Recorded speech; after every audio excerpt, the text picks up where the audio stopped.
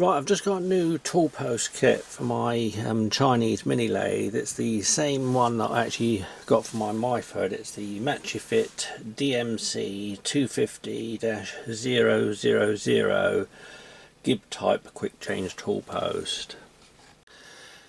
So the actual Toolpost block is actually named or numbered 250-000, and it's this one here. It's the gib type. It's one of the best tool posts. Well, I think it is actually the best tool post that I've ever seen and used on a lathe for rigidity and repeatability. And that's because of the unique design of this wedge type gib locking system, which pulls the tool holder hard against the actual tool post and locks it solid in position. You can see that here when I put the tool holder on. When I bring the handle round, it forces the wedge gib down in between the tool post dovetail here and the actual tool holder and pulls it in so that the whole tool holder is in contact with the actual tool post. And you can see why that is a really good design. And I was so impressed with the actual design of this tool post that I'm actually changing over from the Dixon type quick change tool post on my Chinese Mini Lathe to this one, which goes straight onto the actual compound slide. I'll show that in a minute. And it has an excellent system for center height setting with this nailed nut on the top here, which rests on top of the tool post. And then you lock it in position, and I found that they never alter position like the quick change tool post ones do sometimes. And like I said, it's very rigid in its design. I'm really pleased with the quality of the actual tool post, the way it's been blackened up, really well ground on the actual dovetail and the wedges. And when it goes onto the Chinese Mini Lathe, you don't need this block at the bottom here. You can actually take that one off, take the stud out and screw it directly into the compound slide. And like I say, I'll show that one all set up in a minute. Another thing that I've done is that I've machined my Machifit ML7 carefully on the compound slide, so that the tool post is exactly the same center height as my Chinese Mini Lathe. And now I can actually share tools directly from lathe to lathe without having to alter the center height of any of those tools. And before I made that alteration on the Machifit ML7, I had to actually have a set of tools both for the Chinese Mini Lathe and the Machifit ML7. That's when I had the Dixon quick change tool post set up. Now, like I say, I can have all the tools the same center height, and it speeds up production considerably, and I don't have to take care which tool I pick up. I can pick up any tool knowing that it's the exact same center height on both machines. So this tool post is exactly the same actual design as an Aloris tool post, and it can actually share the same tools. It's completely compatible. And another thing that I actually really like about it is the fact that all the tools are exactly the same, all the tool holders on their actual design and fit. I found on the quick change, the Dixon quick change tool post, I found them to be different on each one. It depends who you buy them from or whatever.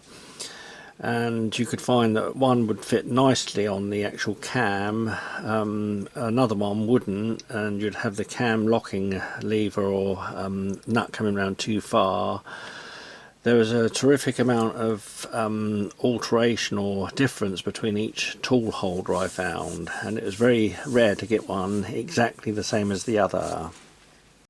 And another thing that I like about this quick change tool post set is the actual price of the holders. I found these to be half the price of the quick change type, so you can buy lots of them, and it's really well worth having quite a few different tool holders set up with different tools if you want to speed up production. You've got a good variety of actual tool holders. You have this one here with a hole in, and I put a boring bar into one of those. You can put reamers in this one or whatever. And this one here has a 2MT taper, and you can actually use this one on the tool post for doing power drilling with the actual feed. So that's a good design, and that's the 250-005. This is the 250-004. Then you have an excellent part-off tool, which is the 250-007, and that's a really good design for locking the actual part-off blade into that one. Then you have a knurling tool with a fine knurl wheel, or two fine knurl wheels, and this is the 250-010. This one also has a cutout at the back here for putting another tool in. I put a little chamfer tool in that one, or a small groove tool, which I keep in there. So that's a double holder. And then you have the ordinary turning tool holders, one with a flat bottom here. This is the 250-001.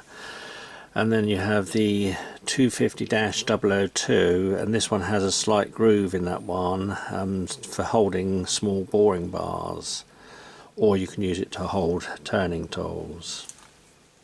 Right, so just before I go out to show you this one being fitted on the Chinese Mini Lathe and see how good it looks, I'd just like to show you the actual mechanism of this design of tool post. Inside this one there's a scroll, very much like a scroll in a chuck, and on the back of these two gibs, gib wedges, there's teeth which engage in that scroll thread. When I unwind the scroll like that, the two wedges can come out the bottom like that. And then I can allow the weight of the tool post onto those wedges like that, and wind the gibs back in. Now you can see there that one of those gibs is too high, the other is low, and it might take several times before you actually get that correct. So what you do is you unwind the scroll again, and you can feel it click on both gibs, and then wind it back up until you get it in the correct position like that. And when it's in the correct position, you can see that the gibs are coming high enough to allow the tool holder to go onto the tool post like that. And when you bring the lever round, it will lock in that position there. If it's wrong, it will try to lock in that position there, or you may have the handle over the actual dovetail, so you can't actually put the tool holder on. So it's good to know that, so that you can actually take it apart for cleaning, and also making sure that your handle's in the right position when you actually get the tool holder. It's normally set up correctly, but if one of those is out of position, don't worry about it, because it's just dead easy to actually put them back in, like the jaws on a chuck, just getting the teeth engaged in the correct place on the scroll. So now on my Chinese Mini Lathe, I'm removing the Dixon type quick change tool post. And you'll see that when I pull the actual tool post off from the stud, you'll see there's a bit of copper shim on this one. That's because the hole on the quick change tool post is really too big for the stud on the actual Chinese Mini Lathe. And if you're actually fitting that one, therefore you need the piece of shim to actually tighten that one up a bit. On the Aloris type tool post that I'm fitting now, it doesn't need any shim at all because it's the correct size. And like I said earlier, you don't need this bottom nut part on the Aloris one. All you need to do really is to take this stud out because it's too short for the new tool post. So use a pair of Stilsons or a pair of grips and loosen that one off.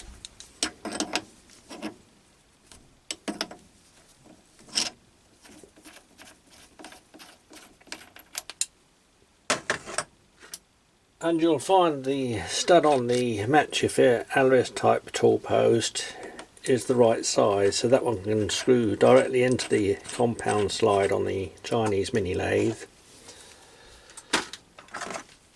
Tighten that one up with a grip like that. And like I say, with this one is the correct size obviously for the tool post, and you don't need any shim at all, which is excellent.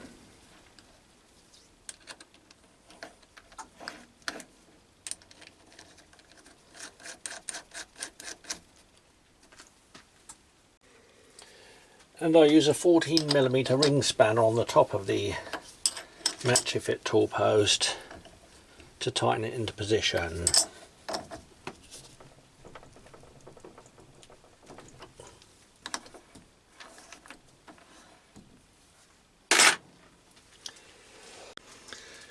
And I do think that's an excellent sized tool post for the Chinese Mini Lathe, and I'm really pleased that it shares the same tools now as my Machifit ML7. It's going to save so much time.